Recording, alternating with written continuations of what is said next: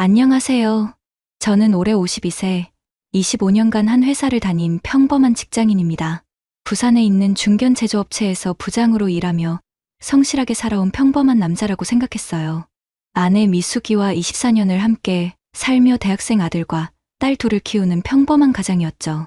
하지만 제 인생이 그리 평범하지만은 않았네요.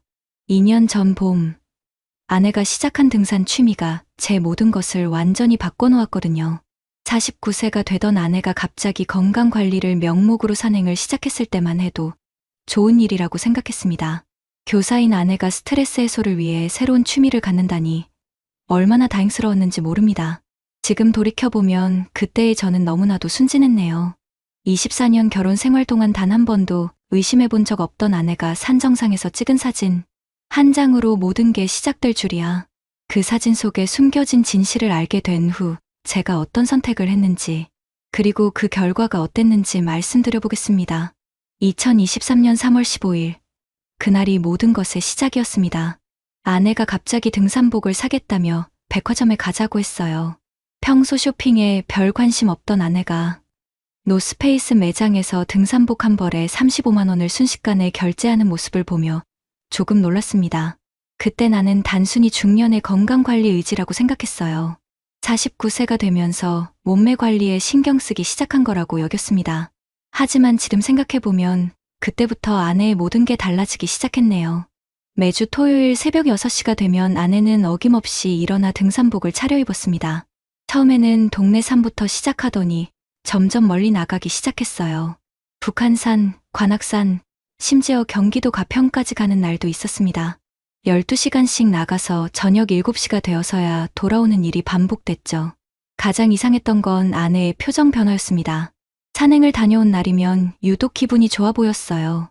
화장대 앞에서 거울을 보며 미소를 짓는 횟수가 늘었고 스마트폰을 보며 혼자 웃는 모습도 자주 목격했습니다. 그런 모습을 볼 때마다 가슴 한편이 묘하게 불편했지만 설마 하는 마음으로 넘어갔어요.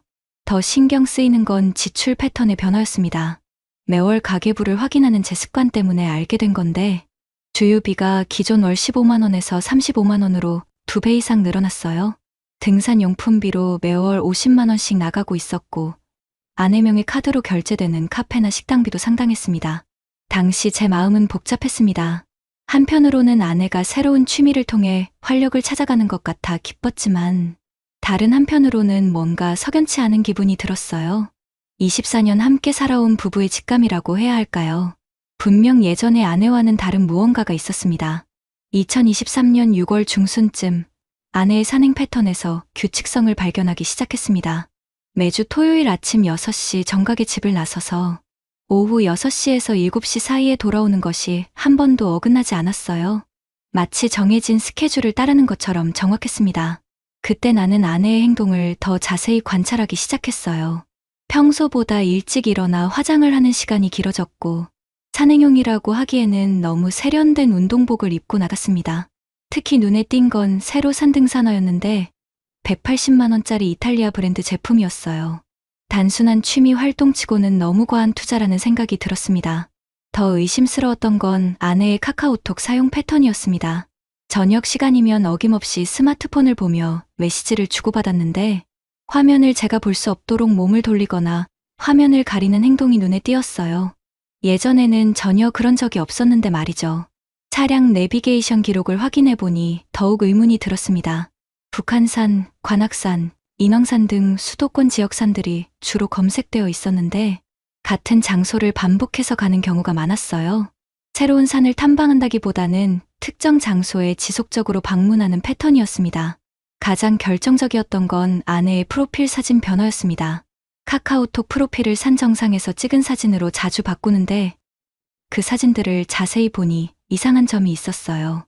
분명 혼자 찍었다고 하는 사진인데 그림자가 2개가 보였고 사진 각도나 구도가 누군가 다른 사람이 찍어준 것처럼 전문적이었습니다. 그때부터 나는 본격적으로 아내의 행동을 주의 깊게 살펴보기 시작했어요.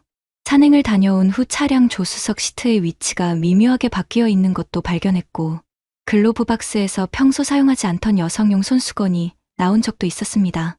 모든 것이 우연이라고 하기에는 너무 많은 의문점들이 쌓여가고 있었어요. 2023년 9월 12일 화요일 오후 2시 서울 강남구에 위치한 실내탐정사무소 문을 두드렸습니다. 15년 경력의 박민호 소장과 첫 상담을 진행했는데 그분이 제 상황을 듣더니 고개를 끄덕이며 말했어요. 등산 동호회에서 벌어지는 불륜 사건이 요즘 급증하고 있다는 이야기였습니다. 상담을 받으면서 알게 된 충격적인 사실들이 있었어요. 등산 동호회에는 은밀한 신호 체계가 있다는 거였습니다. 바지 한쪽을 걷어올리고 산을 오르는 것이 짝을 찾고 있다는 암호라고 하더군요. 또한 정상에서 찍는 사진들도 단순한 인증샷이 아니라 관계를 과시하는 용도로 사용되는 경우가 많다고 했습니다. 그때 내 가슴이 철렁 내려앉았어요. 아내의 프로필 사진들이 자꾸 떠올랐거든요. 특히 지난달에 올렸던 가평 명지산 정상 사진이 뇌리에 박혔습니다. 그 사진에서 아내는 유독 행복해 보였고 화질도 예상외로 선명했어요. 혼자서 셀피로 찍었다고 하기에는 너무 완벽한 구도였습니다. 탐정비는 주간 추적 80만 원에 사주 계약으로 총 320만 원이었습니다. 적지 않은 금액이었지만 24년 결혼 생활의 진실을 확인하기 위해서는 필요한 투자라고 생각했어요. 계약서에 사인을 하는 순간 손이 미세하게 떨렸습니다. 정말 이렇게까지 해야 하나 싶은 마음과 진실을 알고 싶은 마음이 복잡하게 얽혀 있었거든요. 박 소장은 추적 방법에 대해 자세히 설명해 줬습니다.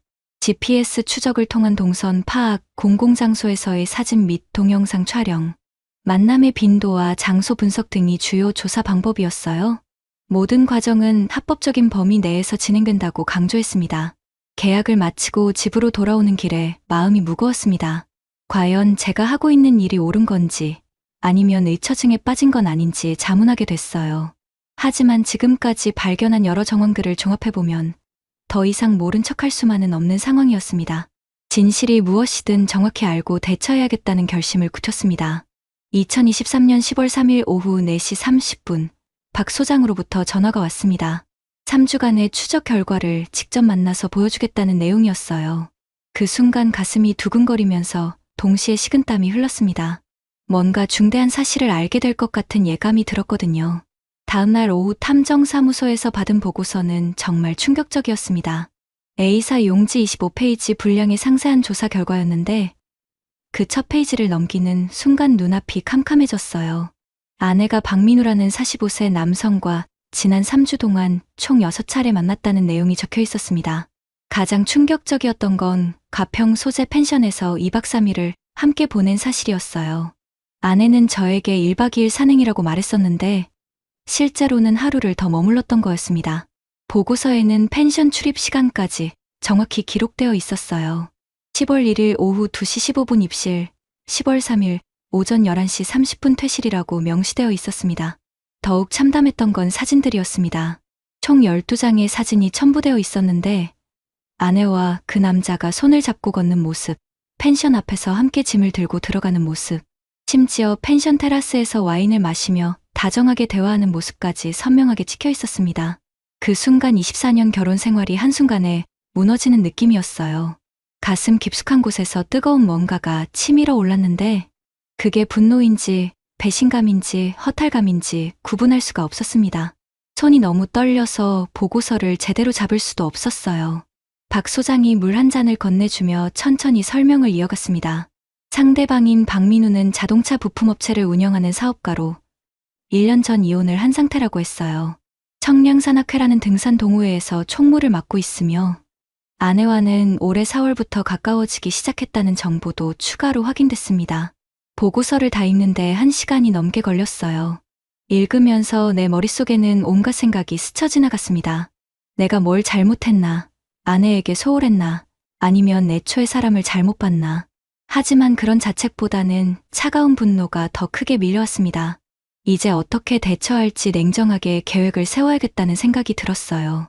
2023년 10월 3일 오후 4시 30분 박 소장으로부터 전화가 왔습니다. 3주간의 추적 결과를 직접 만나서 보여주겠다는 내용이었어요. 그 순간 가슴이 두근거리면서 동시에 식은땀이 흘렀습니다. 뭔가 중대한 사실을 알게 될 것 같은 예감이 들었거든요. 다음날 오후 탐정사무소에서 받은 보고서는 정말 충격적이었습니다. A사 용지 25페이지 분량의 상세한 조사 결과였는데 그 첫 페이지를 넘기는 순간 눈앞이 캄캄해졌어요. 아내가 박민우라는 45세 남성과 지난 3주 동안 총 6차례 만났다는 내용이 적혀 있었습니다. 가장 충격적이었던 건 가평 소재 펜션에서 2박 3일을 함께 보낸 사실이었어요. 아내는 저에게 1박 2일 산행이라고 말했었는데 실제로는 하루를 더 머물렀던 거였습니다. 보고서에는 펜션 출입 시간까지 정확히 기록되어 있었어요. 10월 1일 오후 2시 15분 입실, 10월 3일 오전 11시 30분 퇴실이라고 명시되어 있었습니다. 더욱 참담했던 건 사진들이었습니다. 총 12장의 사진이 첨부되어 있었는데 아내와 그 남자가 손을 잡고 걷는 모습, 펜션 앞에서 함께 짐을 들고 들어가는 모습, 심지어 펜션 테라스에서 와인을 마시며 다정하게 대화하는 모습까지 선명하게 찍혀 있었습니다. 그 순간 24년 결혼 생활이 한순간에 무너지는 느낌이었어요. 가슴 깊숙한 곳에서 뜨거운 뭔가가 치밀어 올랐는데 그게 분노인지 배신감인지 허탈감인지 구분할 수가 없었습니다. 손이 너무 떨려서 보고서를 제대로 잡을 수도 없었어요. 박 소장이 물 한 잔을 건네주며 천천히 설명을 이어갔습니다. 상대방인 박민우는 자동차 부품업체를 운영하는 사업가로 1년 전 이혼을 한 상태라고 했어요. 청량산악회라는 등산 동호회에서 총무를 맡고 있으며 아내와는 올해 4월부터 가까워지기 시작했다는 정보도 추가로 확인됐습니다.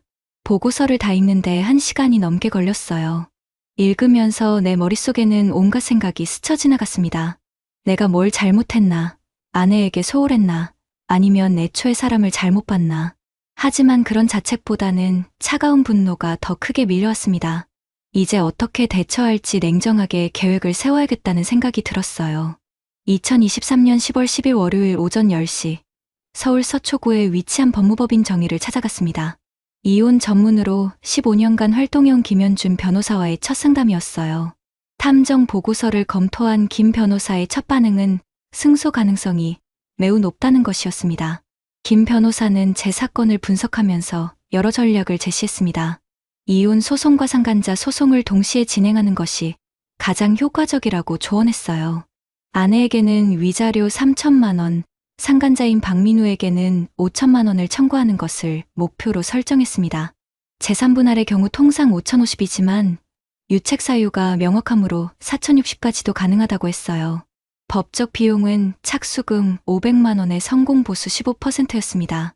탐정비까지 합치면 상당한 금액이었지만 24년간 쌓아온 재산과 앞으로의 인생을 생각하면 감당할 만한 투자라고 판단했어요. 무엇보다 정당한 대가를 치르게 하고 싶다는 마음이 컸습니다. 김 변호사는 추가 증거 확보의 필요성도 강조했습니다. 신용카드 사용 내역을 통해 두 사람의 만남을 더 구체적으로 입증할 수 있다고 했어요. 실제로 아내 카드 내역을 확인해 보니 가평 지역 펜션 결제 기록, 고급 레스토랑 결제 내역, 남성용 액세서리, 구매 기록 등이 선명하게 남아 있었습니다. 가장 결정적인 증거는 휴대폰 통화 기록이었어요. 법원 신청을 통해 합법적으로 확보한 자료인데 아내와 박민우 사이의 통화가 거의 매일 이루어졌다는 사실이 드러났습니다. 특히 늦은 밤 시간대의 장시간 통화 기록들이 둘의 관계가 단순하지 않음을 보여주고 있었어요. 증거 수집 과정에서 제 마음도 점점 차가워졌습니다. 처음에는 배신감과 상처가 컸지만 시간이 지나면서 냉정한 분석과 계획적인 대응이 더 중요하다는 걸 깨달았어요. 감정적으로 행동해서는 원하는 결과를 얻을 수 없다는 김 변호사의 조언이 머릿속에 계속 맴돌았습니다. 모든 준비가 끝났을 때 제 마음속에는 한 가지 확신이 자리 잡았어요.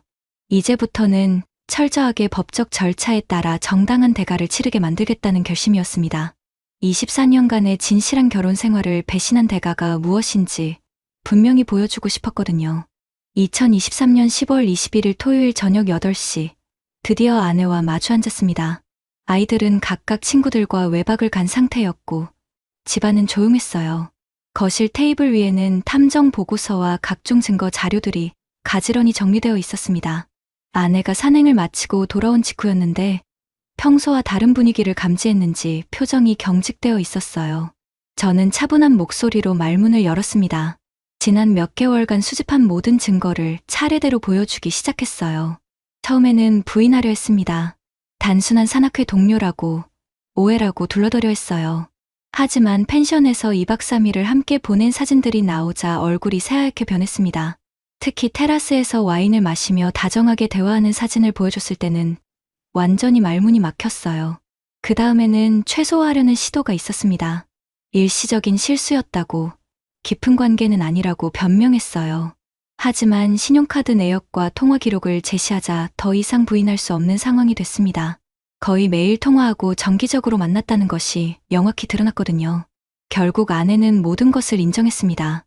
눈물을 흘리며 미안하다고 반복해서 말했지만 제게는 더 이상 그런 감정적 호소가 통하지 않았어요. 저는 냉정하게 앞으로의 계획을 설명했습니다. 이혼 소송과 상간자 소송을 동시에 진행할 것이며 법적으로 가능한 모든 대가를 치르게 할 것이라고 말했어요. 3일 후인 10월 24일 박민우의 회사 앞에서 상간자 고발장을 직접 전달했습니다. 그의 첫 반응은 당황이었어요. 설마 이런 식으로 정면 대결을 할 줄은 몰랐던 것 같았습니다. 합의를 제안하며 조용히 마무리하자고 했지만 저는 단호하게 거절했어요. 가족들의 반응도 다양했습니다. 대학생인 아들은 처음에는 충격을 받았지만 상황을 이해한 후에는 아버지 편에 서서 어머니를 질책했어요. 반면 딸은 가족이 해체되는 것을 원하지 않아 중립을 유지하며 화합을 호소했습니다. 처가 어른들은 사위인 저에게 용서를 요청했지만 제 마음은 이미 돌이킬 수 없는 상태였어요. 2024년 3월부터 본격적인 재판이 시작됐습니다. 1심 재판부에서 8개월간 진행된 법정 공방은 치열했어요. 아내 측에서는 결혼 생활에서의 소외감을 주장했고 일시적인 실수라며 정상 참작을 요구했습니다. 하지만 제 측에서는 24년간의 성실한 가정생활과 아내의 계획적이고 지속적인 불륜을 대비시켜 제시했어요. 핵심 쟁점은 정신적 피해 정도와 혼인 파탄의 책임 소재였습니다. 김 변호사는 탐정 보고서와 각종 객관적 증거들을 체계적으로 제시했어요. 특히 6개월간 지속된 불륜 관계와 경제적 손실, 그리고 24년 결혼 생활의 가치를 구체적인 수치로 환산해서 설명했습니다. 상간자인 박민우 측에서도 강력하게 반박했어요. 이혼한 상태였으므로 도덕적 책임은 있지만 법적 책임은 제한적이라고 주장했습니다. 하지만 기혼자임을 알면서도 적극적으로 관계를 지속한 점, 경제적 능력을 앞세워 유혹한 점 등이 불리하게 작용했어요. 2024년 11월 15일, 드디어 1심 판결이 나왔습니다. 재산분할은 4,555로 제가 5% 더 받는 것으로 결정됐고 위자료는 아내에게 2천만 원, 상간자에게 3천만 원으로 총 5천만 원이 인정됐어요. 예상보다는 적었지만 그래도 상당한 승리였습니다. 판결문에는 24년간의 결혼 생활과 두 자녀를 둔 가정에서 6개월간 지속적으로 불륜을 저지른 행위가 혼인 관계를 심각하게 훼손했다고 명시되어 있었어요. 특히 상간자의 경우 상당한 경제적 능력을 가진 상태에서 기혼 여성을 유혹한 점이 가중 요소로 작용했다고 판시했습니다. 판결 후 사회적 응징도 뒤따랐어요. 박민우의 회사 주변에 소문이 퍼지면서 일부 거래처와의 관계에 문제가 생겼다고 들었습니다. 아내 역시 학교에서 정근을 신청했어요. 동료 교사들의 시선이 부담스러웠던 것 같았습니다. 법적 승리를 넘어서 정의가 구현되는 느낌이었어요. 판결이 확정된 지 6개월이 지난 지금 제 삶은 완전히 달라졌습니다. 물질적으로는 상당한 성과를 거두었어요. 위자료 5천만 원과 재산분할로 추가 확보한 5천만 원, 총 1억 원에서 변호사비와 탐정비 등 1,320만 원을 제외하고도 8,680만 원의 순이익을 얻었습니다. 하지만 정신적인 변화는 더 복잡했어요. 처음에는 정의를 구현했다는 쾌감이 컸습니다. 24년간 성실하게 살아온 남편을 배신한 대가를 정확히 치르게 했다는 만족감이 있었거든요. 법정에서 승리했을 때의 그 짜릿함은 아직도 생생하게 기억납니다. 하지만 시간이 지나면서 예상치 못한 공허함이 찾아왔어요. 복수는 완성했지만 행복해지지는 않았다는 걸 깨달았습니다. 혼자 사는 원룸에서 저녁을 먹을 때면 문득 24년 함께했던 시간들이 떠오르곤 해요. 좋았던 기억들까지 모두 거짓이었나 하는 생각에 마음이 복잡해집니다.